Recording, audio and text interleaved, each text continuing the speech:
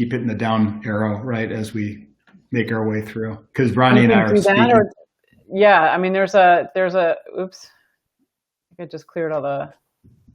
Oh, and the recording just started. Cool. So there's a slider at the bottom, Yeah. and there's also the sliding on the side. So whichever works better for you is perfect. Got it. Cool. So are we live? you are. We're live and we're recording. Okay. So Great. So I know we've got an hour session. So good afternoon, everybody. Speaking on behalf of Ronnie Stevens, we're definitely excited to be here with you today, albeit virtually. That's standard fare for these days. But we're really excited to be presenting. Crawl, Crawl, Walk. Yeah, it's our CM journey, change management journey with a new big rock project that Ronnie will introduce us more to, document management system. And, I guess funny enough, we were thinking maybe 3 or 4 crawls might be appropriate for the title, but we ended up thinking 2 will suffice. A bit on agenda, just kind of moving forward here. We initially thought we were smart, and being from engineering backgrounds, we thought we'd approach it from 2 parts. But given, I think, in our dry run we landed at about an hour, it may not work out this way. But we'll go through a safety moment. Perhaps might be a little bit of a safety story, but I think you'll learn. Donnie will take us through Williams from his to the DMS project, introduce us to why CM, why now, and then we'll get into some of the historical barriers to project execution. We'll talk change fatigue, if that's not enough, we'll talk about a little bit about 2020 and 2021 from a pandemic perspective, and then we thought we might have a quick opportunity, maybe a 1 or 2 questions at that point. We'll see how it goes, and then we will come back and do a little bit of a deviation from DMS specific, but still relevant. Force Agile principles and practice, and then pivot back to DMS and talk about how we plan to ensure DMS success, and lastly end up at a bridge to enterprise change management. So with that said, let me tell you a story about 2 ships. The Olympic, commissioned in June of 1911, and shortly thereafter, the Titanic.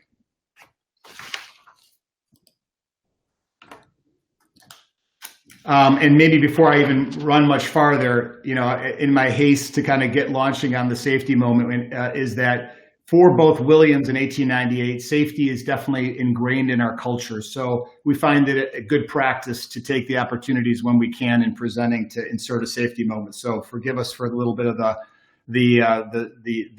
safety moment, but I think you'll again find it very interesting. So let's focus a moment on the Olympic, Prelude to Disaster. So back in 1911, the Olympic basically crashed into another large ship in Manhattan. Shortly later that year, the ship crashed into a naval cruiser, the HMS Hawke in Southampton, and I guess bad things happen in threes. In 1912, early in 1912, one of the large 26-ton propellers was knocked off. Common theme here was all of these events were at least witnessed and captained by Edward J. Smith. Sorry. So who is Captain Edward James Smith? Well, if you go back a bit, maybe about 20 years earlier, in his youth, he ran the Republic ground in New York in 1889, followed by the Coptic in Rio de Janeiro, and then actually in close proximity to the Olympic and the Titanic, he ran the Adriatic ground in New York.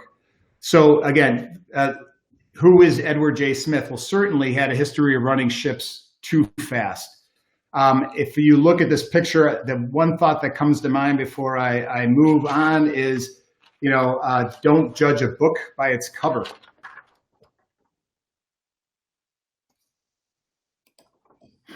So we'll talk about speed, and we'll talk about it throughout, well, not throughout, but we'll certainly reference it later as we talk about our journey with change management.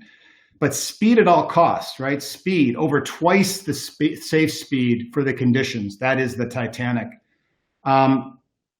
Speed at a rate that was meant to break a transcontinental speed record, and at speed that really that just disregarded safety for its passengers, safety for its crew.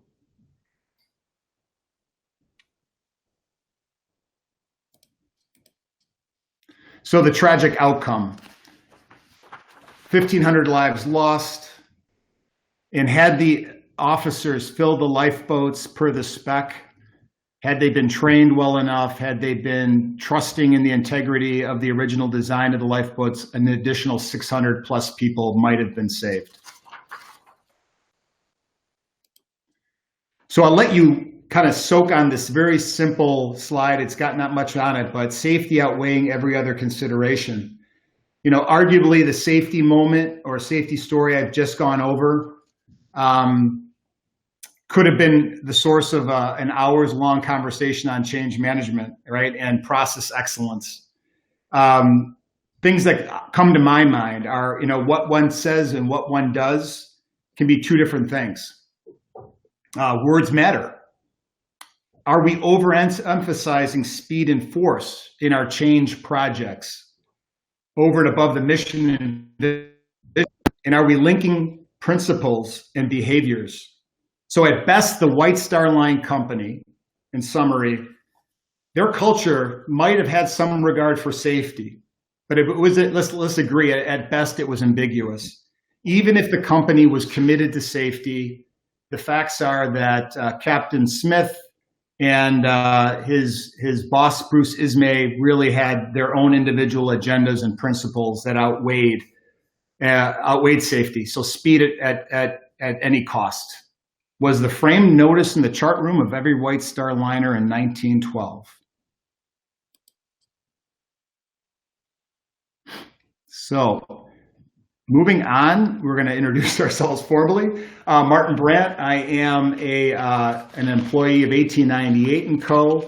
I have a deep history in the downstream oil refining industry, about 30 plus years. That's basically kind of bookended by things like operations experience and technical,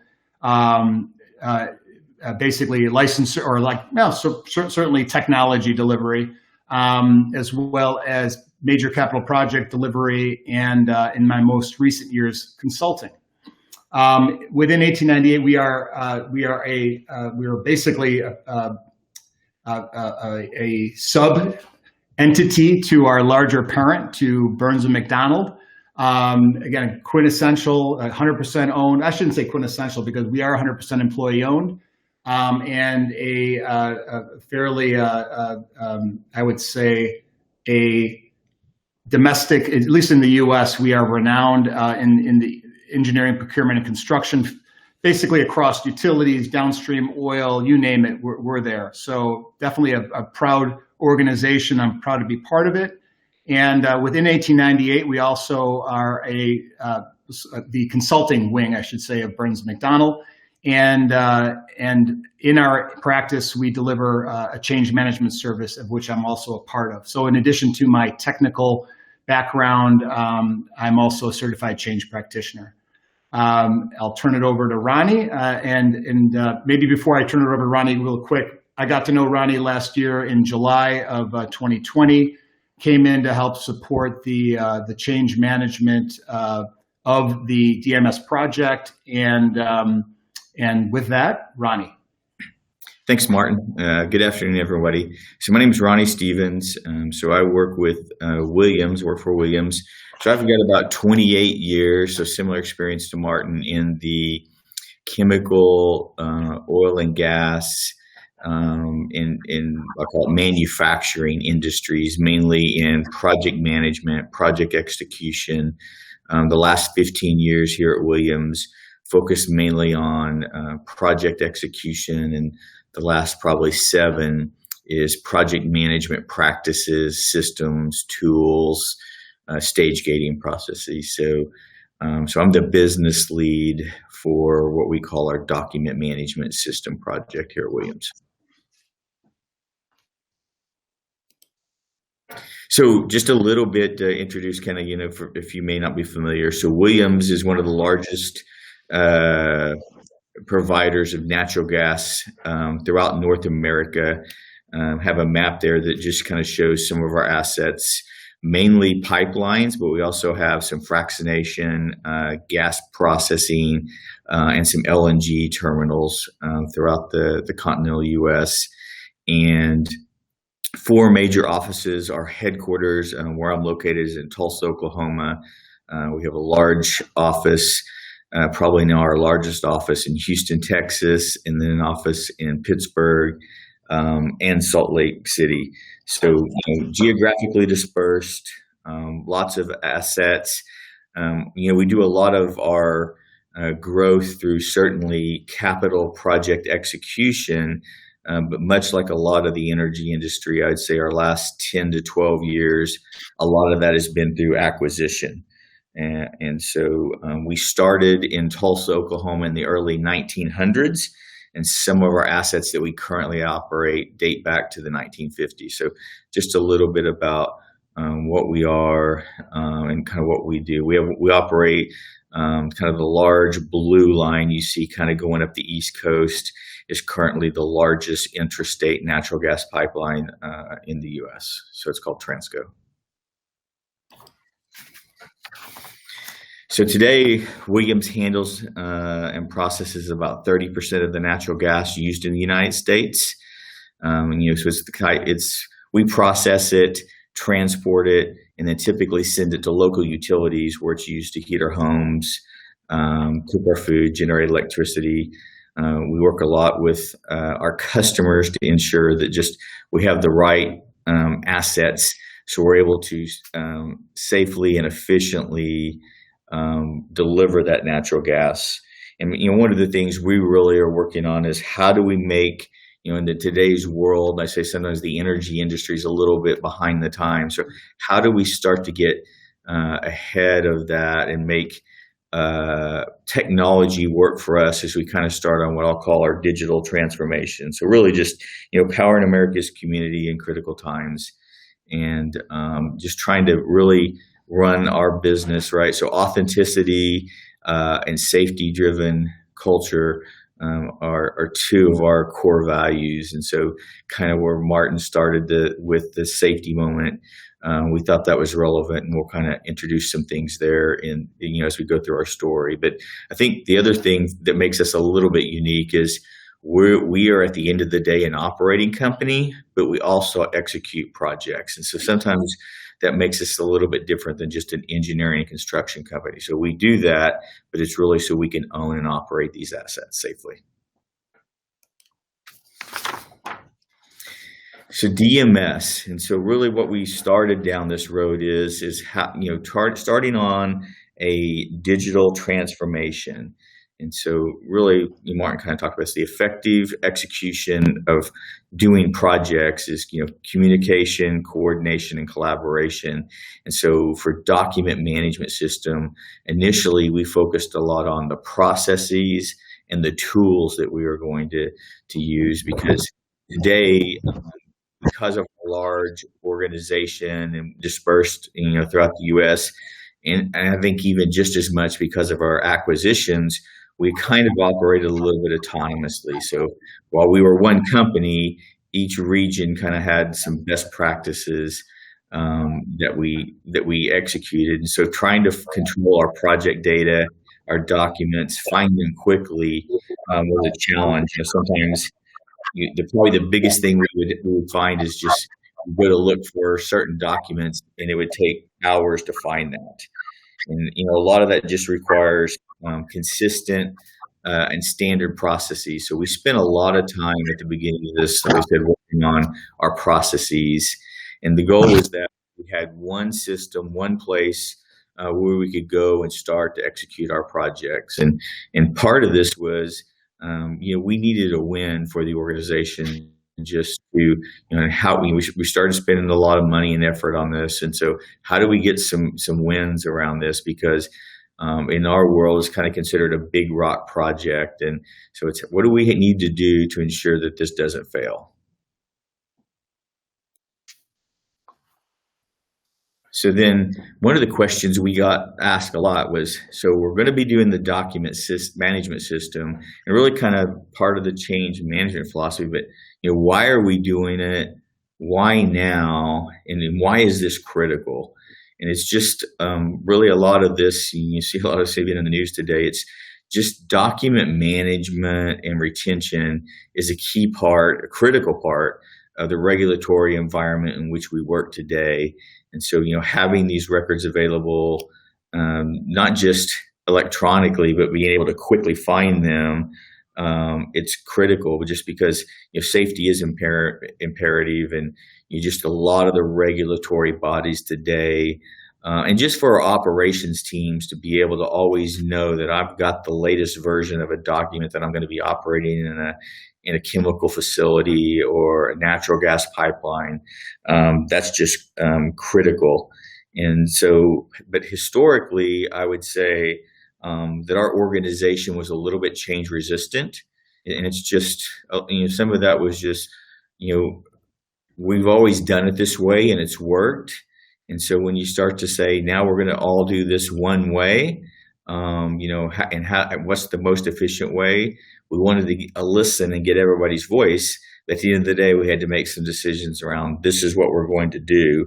And it was taking a lot of ad hoc processes and saying this is the way we're going to do it. And what we kind of like to say, kind of our catchphrase, is not just for the documents, but for our processes, right? We wanted one version of the truth. And this was all part of our bigger organizational digital transformation.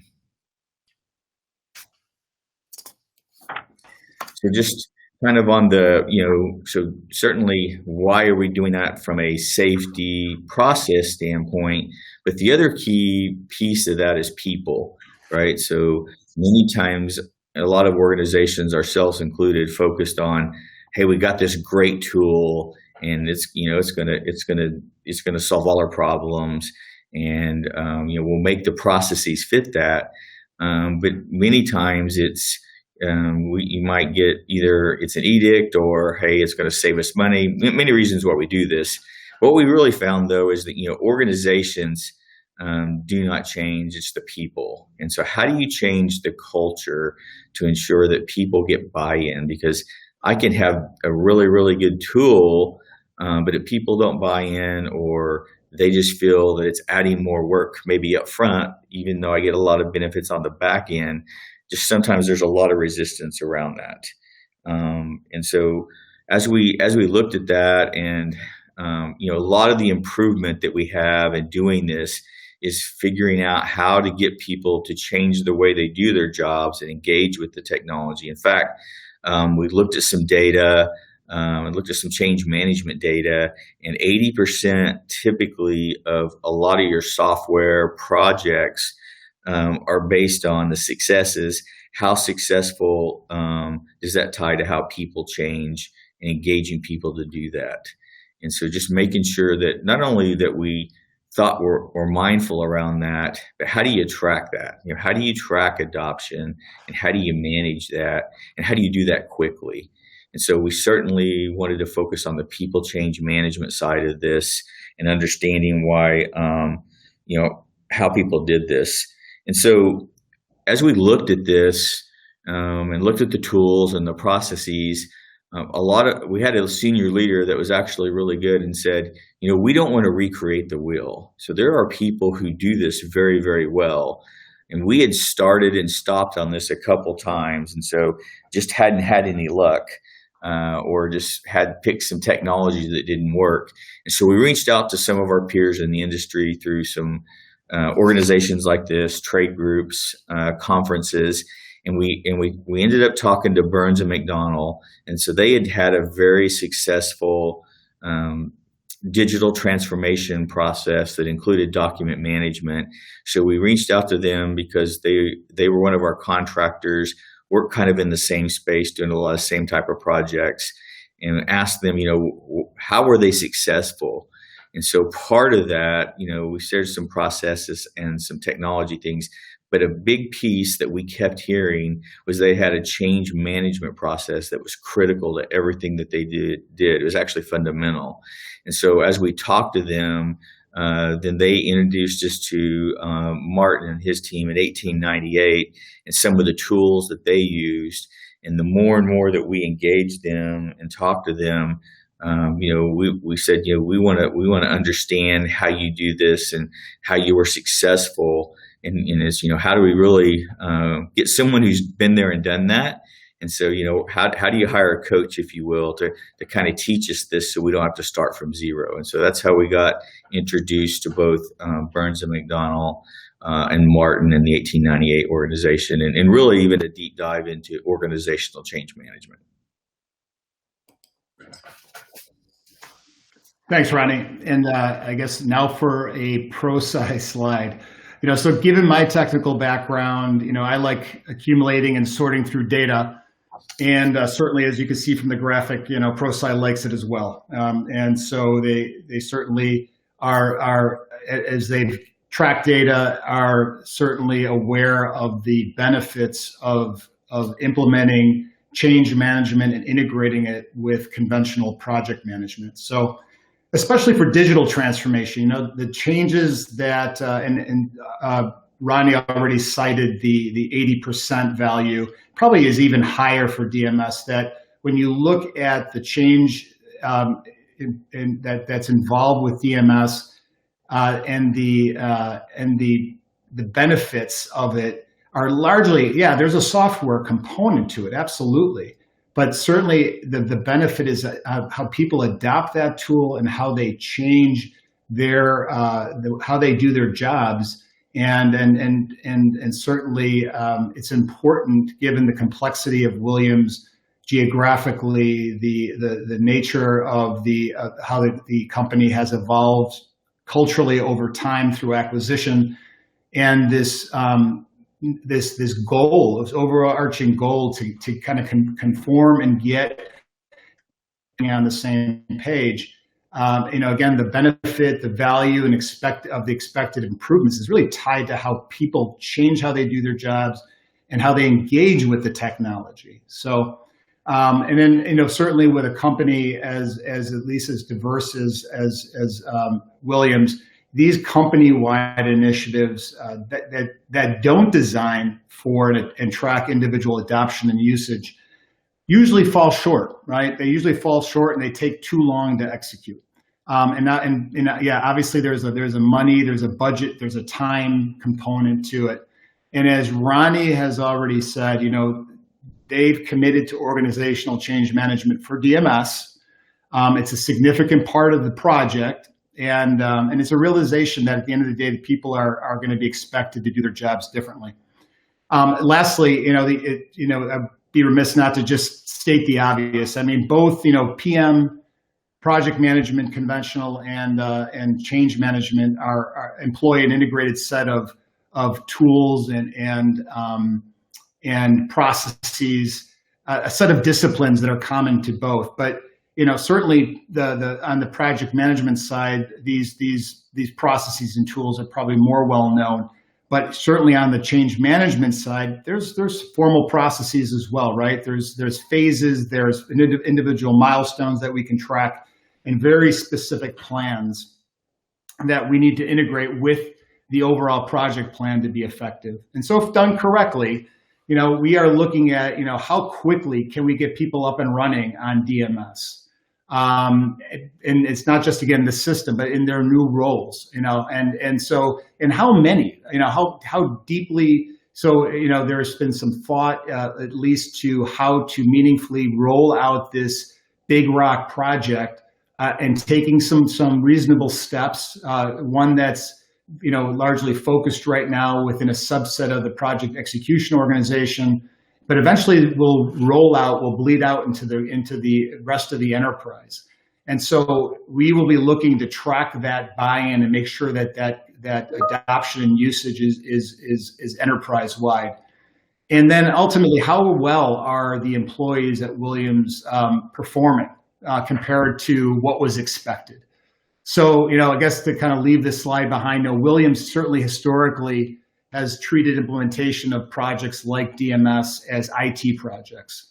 And certainly with an overemphasis on the technical side. But with DMS, Williams is looking at change management to increase the probability of success and to minimize negative consequences. So on this slide, we like to think this is a bit of a change of pace here, but certainly not to overstate the historical barriers, but there certainly is, if you look at the Williams history of focusing on scope, schedule, and budget, and yet now on DMS, there's an acknowledgement of the people side and looking at the adoption and usage and how to achieve those goals. Last July, as I stated in my intro quickly earlier, I joined Ronnie's team and the greater DMS or the larger DMS project team. All in all, with steering team, it's in the neighborhood of about 30 people. So as their change manager, I set out early to identify the riskiness of the project. And if you start to unpeel that onion, it's really getting at how complicated is DMS as an initiative, as a project. How change ready is Williams to accept the change that's going to be part of DMS, and then also look at the project health from an executive management perspective, from a project management perspective, and also from a change management perspective. So we basically did a holistic view at where things stood for the project. And then lastly, set forth at least the beginnings of a strategy, a change management strategy that would integrate with the overall project plan. So it just comes some key takeaways, and they're kind of embodied in what you see here in the feedback. The feedback being, you could see in here that, this is a company that's not that change ready, right? But is it really any different than most companies at the end of the day, given how quickly things move? So, based on the feedback, based on the evaluations, the formal evaluations, the tools that we employed, we're able to assess pretty quickly and pretty succinctly what are the issues? Why is it deemed risky? And if it is risky, the change management plan really has to be commensurate with that level of risk. So in short, the change is deemed large and disruptive. Williams was deemed a less than ready for the change. And certainly when you look at where they're at in the evolution of things, they're at, say a level 1 at the ground floor of what is change management, and using DMS as their first major big rock project to employ it. So certainly a lot of room for flexing that change management muscle. But that's the role that I played with my team to help kind of, supercharge that initial assessment strategy. And as we go forward, looking to implement the plans that go with the conventional project management plan to success. By the way, I could have probably filled out 5 of these slides with the feedback that we had. I really, as I've told Ronnie in the past, it was the amount of transparency was fantastic. So that's usually what drives the quality of these types of assessments. Lastly, before I leave the slide, one theme, if you were to distill these comments down, which came up a lot, was change fatigue. Change fatigue with the team, change fatigue in general. Before even DMS came into play, there was change fatigue. So that dominated the feedback.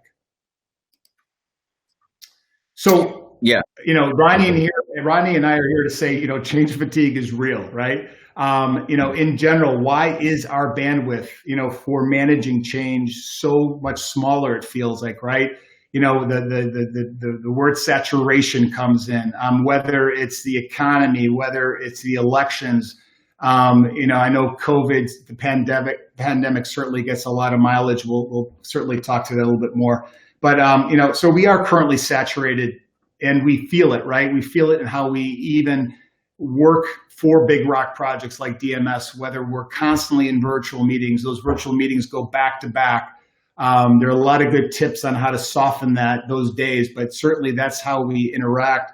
And so definitely, we realize that in order to be successful, we need to address this. And I want to turn over to Ronnie, who's going to take this concept a bit further with DMS. Thanks, Martin. So yeah, and just like Martin said, why was our change fatigue so high, and why did we need change management? So we've gone through several organizations the last few years, and I talked a little bit about our geographic diversity. So, and so how do you make something that's relevant? What we didn't want is, here's another initiative coming from our Tulsa or Houston, kind of our corporate groups. So how do you make that relevant to people doing jobs in Wyoming and in West Virginia, or out somewhere in the panhandle of Oklahoma, out doing the physical work? So 5 years ago, we went from being very autonomous to trying to come together and be one Williams and get those standard practices.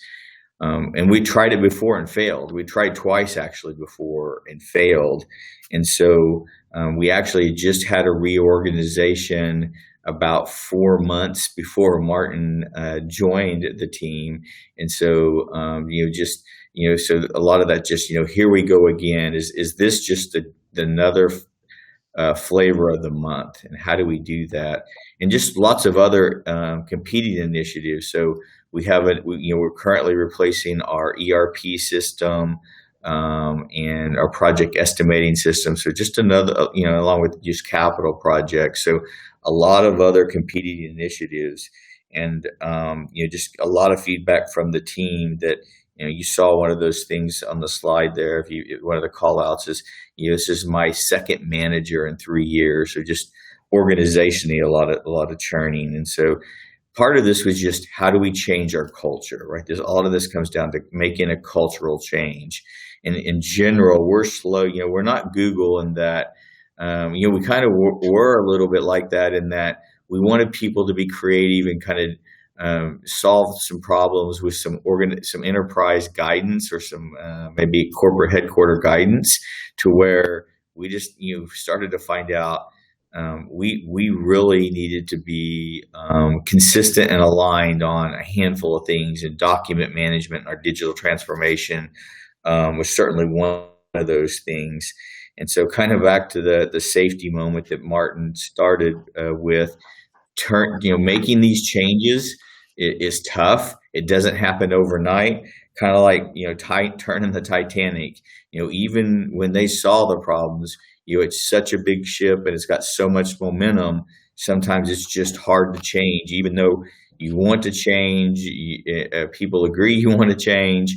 And just sometimes it takes a lot of effort. It takes really an organized plan methodology.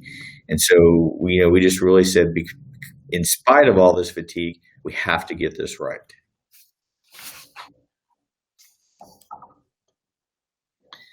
So just maybe, when Martin started off, he said, "Hey, welcome everybody. We're here presenting virtual." So, not only do we have kind of the change fatigue and a brand new big rock project, and trying to understand what we were going to do.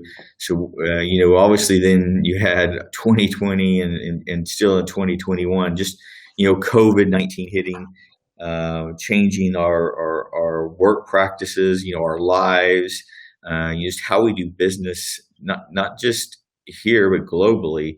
So, you have so we kicked off this project in March of 2020, about 2 weeks, I'd say, before COVID really, started hitting, in about probably a month before you saw things starting to shut down. And we had taken a conscious effort to bring together about 22 people plus a steering team from across the company with different job functions, because we really didn't want this to be just an IT project like Martin said. We really wanted this to be people. This is understanding how they do their job and making sure it met those needs. And so on top of that, then you have uncertainty.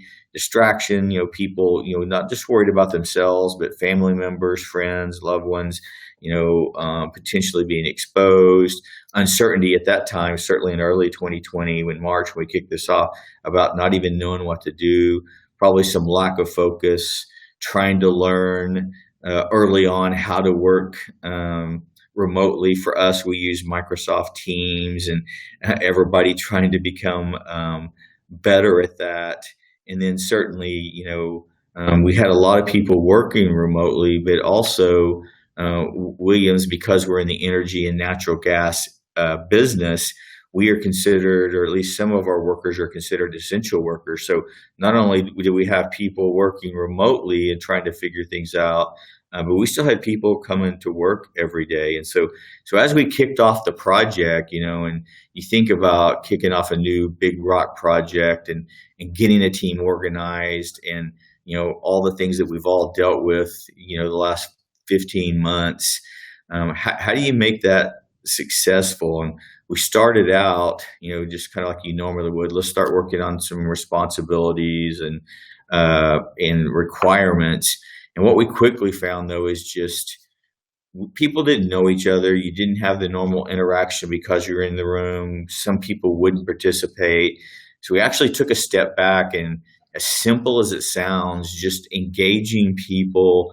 And some of you, may have found things like this, but just asking them things, just to maybe around, hey, what's your favorite movie? Or, what is it you're doing now as a pastime that you can't come into the office? And, or, maybe I'll call it even, when things open back up, one of the fun team builders we did was, what's the first thing you're going to go do when we actually open things back up? And, it's interesting, things like some people getting, going to get haircuts right when a lot of things were shut down, or maybe manicures, or, hey, I just want to go through a drive-through restaurant and just get some different food. So just all those things.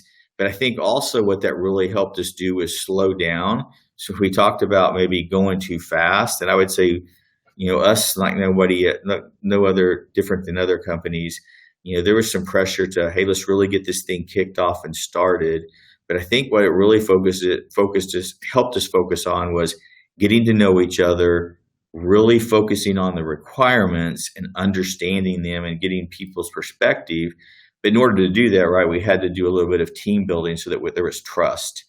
And so I would say that worked really well. And so we actually did not have our first in-person team meeting until November of 2020, right? So you kick off this big rock project, super important organizational effort in March of 2020. We didn't actually meet in person until November, and then we went back to being remote. So while there's things that worked really well around requirements, I would say now some of the challenges that we're thinking about and trying to address is, how do I go out and do training? How do I do what we would call user acceptance testing and get people to really try the tool? Because a little more difficult to get a lot of people using an actual software tool and getting feedback when you're doing that virtually. So just, kind of wanted to share. I know a lot of us in today's environment, certainly not just the change management piece, but just the human piece and the environment that we work in. So just for us, that's some of the things. I think some takeaways that I think there's some good practices we took away, and now we're still trying to address some things like training and onboarding folks.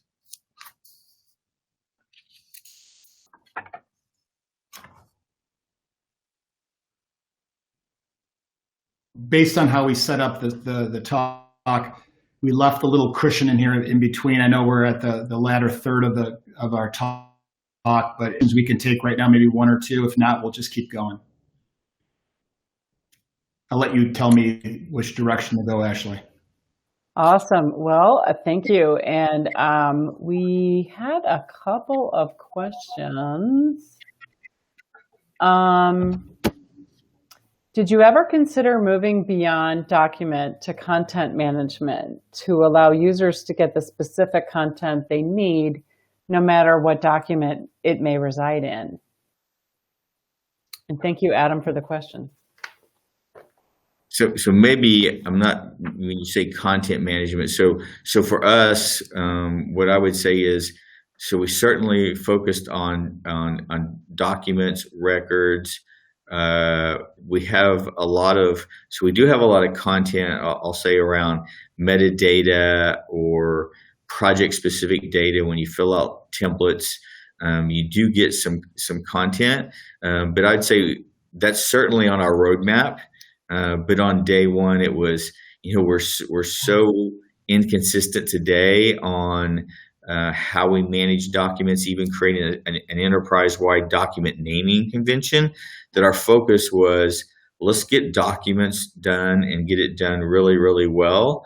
And then there's a handful of other things. So I'd say we looked a little bit about content management and certainly how we would filter, sort, even creating what we call project job books or safety compliance reports, things like that. But our main focus was really on, just for this phase, on document management. And some of that was just around the fact that, working remotely, we kind of wanted to limit the scope and kind of run it in sprints.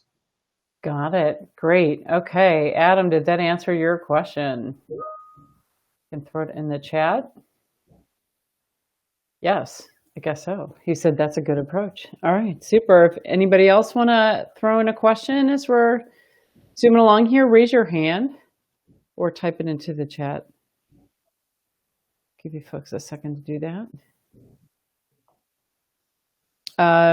Kristen asking, just curious, which platform did you land on? So we landed on Oracle Aconex. Right. And it happens to actually just be the same tool that Burns and McDonnell uses, which is one of the reasons once we selected a tool that we reached out to them because they had a successful implementation. Excellent. Always good to work with somebody who has experience with it, right? Yeah, and certainly, and Martin and I, we're going to hit this at the end, but if people have, we're happy to share, hey, what we learned and why we did some things. And, we spent a lot of time doing a lot of reference and background work. So you can certainly feel free to reach out to Martin and I via LinkedIn, just using our contact information, and be happy to answer some other questions that people have those around why we selected the certain tools and what our criteria was. Excellent. Great. All right. With that, let's jump forward. Okay, so just a little bit of a little deviation, but certainly not too far away, because DMS elicits conversation around speed and force out. And so what I want to kind of draw your attention to, because certainly you can read the words of the slide and the pictures are interesting, but speed and force are, I should say, the speed and force of the change is the enemy. It's not necessarily the change itself, right? I mean, so DMS by itself is not the enemy, but certainly how we deploy speed and force can make a difference. And certainly, unlike the Titanic, it's not at all cost, right? So there needs to be the right balance has to be struck. There are pros and cons, and understanding that is essential. So when we move it at a measured pace, in either say giving or depriving someone of something, we create a very different reaction when we do these things with very high speed and force. So, an example. So COVID-19, the pandemic serves up a really good real life example. So many of us were told overnight, literally, to leave your offices and work from home, and certainly with fear and urgency, right? And I think that may resonate for many of us. And perhaps maybe more recently, you were basically asked to return to your office and maybe with the same amount of urgency. But how do you feel now? I mean, so it just, again, everybody's got their own answers, but there is, under the same conditions of speed and force, the response can be certainly different. So too much speed, too much force can create and upset individuals. And sometimes the right thing to do is slow it down. Ronnie brings up a great example of, working in a virtual world with a fairly large team. I mean, 25-ish people. how do you do that effectively virtually? I mean, so they decided to lighten things up. And so one way to mitigate force is absolutely to lighten things up. And so they got to know each other by way of sharing some personal thoughts on the scariest movie ever and so on.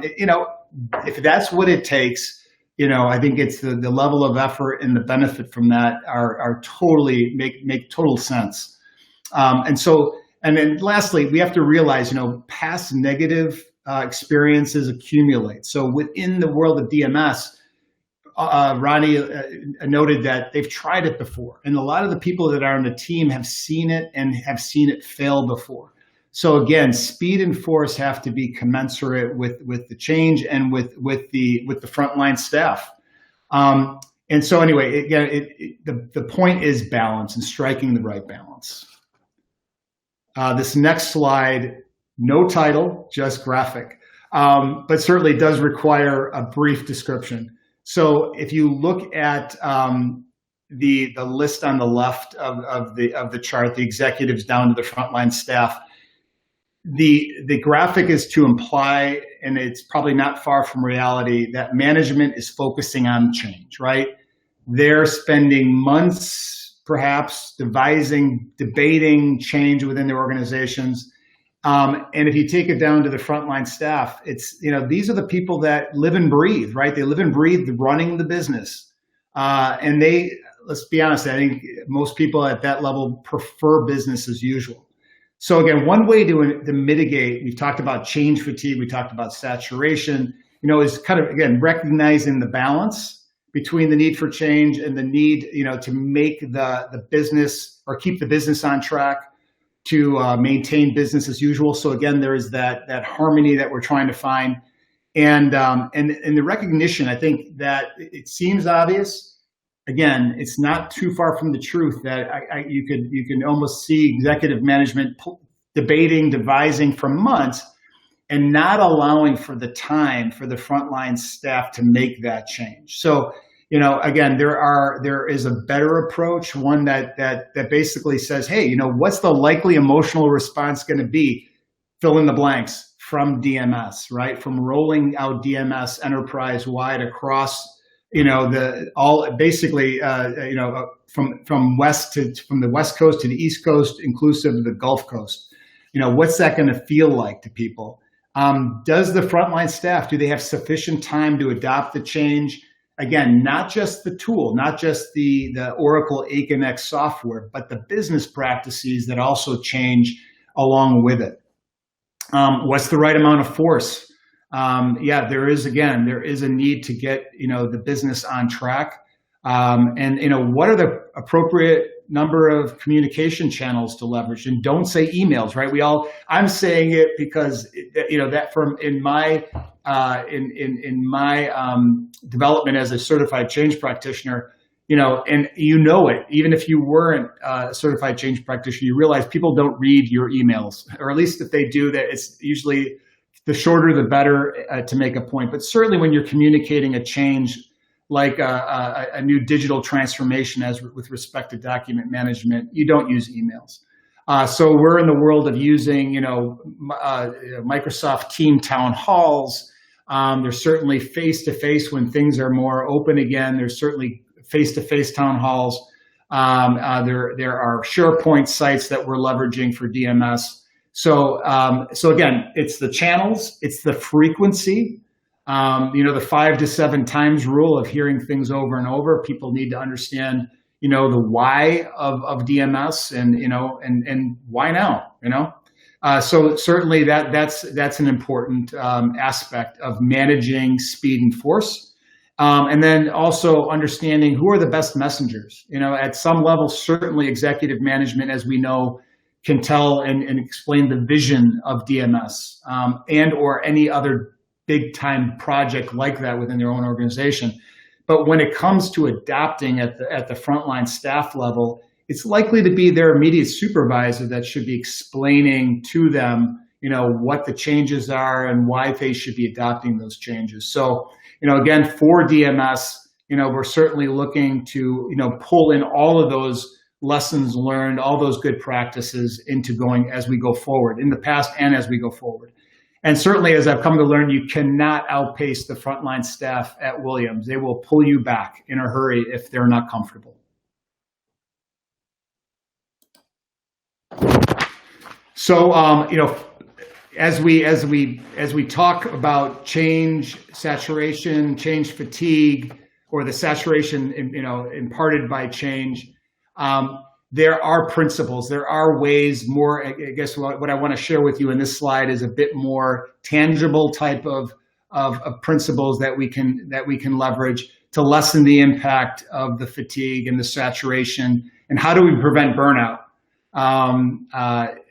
I was gifted this picture. I keep looking at it, and I keep making sure I see what I see. But it is the burnout, and to a grander scale, as it applies to Agile principles, I'd be remiss not to make you aware of a presentation next Tuesday, the 13th, where my colleague and my mentor in change management, Dana Houston Jackson, is going to be presenting a few pages from Agile principles, can be an antidote to change weariness. So please tune in. I've hijacked a few, or at least 4 of those principles for my purposes today, because they are relevant to DMS and where we're heading in the next several months. So planning your work in increments. Yeah, it's almost impossible when we think back at the magnitude of what was DMS, say, last March when Ronnie and team kicked off virtually, to plan every milestone to the point where they're going to be potentially, let's say we're going to be up and running by July, August of this year. A better approach, perhaps, when we're talking about managing the burnout, is to manage things in increments. Put them in bite sizes that you can measure, track, and accomplish. That will serve us well as we manage burnout. Pivoting after each destination. Recently, Ronnie and team went through user acceptance testing on DMS. The first test elicited a lot of feedback with respect to perhaps we need more training. We're kind of relying on, one of the internal SMEs, we're watching too much, we're not doing enough, so we're not learning fast enough. And so what they do, they did the right thing. They pulled back, made some tweaks and adjustments, and went at the second round of user acceptance testing. And as far as we can tell, it's been stellar, been worked out really well. We all know about the Pareto principle, the 80-20 rule. Yeah, in some instances, put in 20% of the effort and get 80% of the benefit. That may be all that you need. And lastly, the last point on reducing work in progress is nothing more than just saying, rather than having 20 things going on simultaneously, maybe target something like 5 and do them well. So again, targeting on those 5 allows us to focus, and allowing us to focus does help us manage change fatigue and saturation. So with this, Ronnie's going to apply, or at least given the principles I've laid out, is going to take us back to DMS. We're going to pivot back to DMS and how to ensure success going forward. Yeah, and I see we have about 5 minutes left, so I'll run through these quickly because we certainly want to maybe take a couple more questions. But so how do we take what Martin just said and apply that? So just, understanding that awareness and desire are barrier points, and really focusing on the what's in it for me. So we took a lot of our key stakeholders and steering team meetings. So as example, our safety organization, our geographical information systems organization, our operations organization, and we tailored a change story for each of them so that they could go back to their organization and answer that why now, why DMS, and what's in it specifically for me. And then we found that to be very, very successful. And then, as Martin just said, how do you get buy-in from the people doing the job out in the field? So working through a lot of getting them engaged, and part of that is showing them what I'll call what success looks like. And what a lot of the feedback we've had is it's great to see the tool or see a PowerPoint like we've gone through today. But what they really want to see is, let's see some of our Williams specific project data in the tool, and then look at it and say, is this really how we would consume the data? And does this make sense? And so really that's why we're doing a pilot project. We're doing 2 pilot projects to be able to get that data in. We're going to kick those off later this month. And then lastly, certainly, very important is having a detailed, like Martin talked about, communication and change management plan that really puts the steps down that we're going to follow and be able to track. He talked about a lot of communications. I think one of the other things we found to be helpful, kind of the way today people consume information, is 3 to 5 minute, what I'll call YouTube video type things from our executives, so people can see it quickly. You can communicate a milestone or communicate some things that are going on, but they're hearing it from different people, maybe not even leaders, right, but maybe from their peers. So another approach that we found to be very successful. And just, how do we focus on making this project successful? And then, the last side is just really just, so this is the first step in our journey, kind of, like the map you see, you are here. So we're just starting our journey here. And so working really to understand what works well with Williams, what doesn't work well, building some internal change agents to be able to help us move forward, along with working with Martin and his team. And how do we integrate this into other projects that we use, and really make this a common language, a common process, so what we like to say is, it's going back to our safety. So it's not too fast, not too slow, but it's a safe speed, right? A reasonable speed, so that people can understand, adopt it, and make this sustainable part of the way on our journey back to One Williams. So with that, I know we don't have a lot of time left, but we'd like to, if there's any questions, certainly next couple minutes, Martin and I'd be happy to answer this. All right, great. Thank you guys so much. I think we've got time for like one question. So if somebody wants to throw it in the chat or raise hands, or did anybody? Yep, and please ping us on LinkedIn if obviously we're going to run out of time, but we're more than happy to start a conversation there as well. Well, and I really appreciate you focused on something that we haven't heard yet today, which is or as much today, and that was really about speed, and really focusing and paying attention to that, because with all of the crazy upheaval that most of us have dealt with in this time, I think really being conscious of that is so important, right? Absolutely. Awesome. Thank you. Well, cool. Well, gentlemen, thank you so much. We do have, as I mentioned before, a LinkedIn group. It is the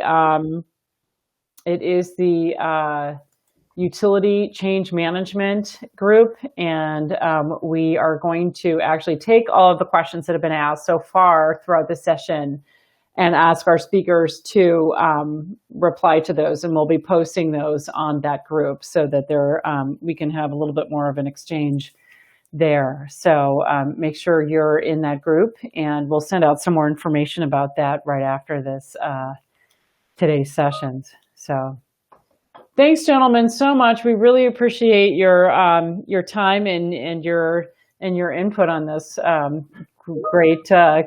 Great experience so far. Thank you. Excellent. All right, everybody, we're going to jump to the next session, which is Robert Feeney talking about using advertising principles for change adoption. See you in a minute.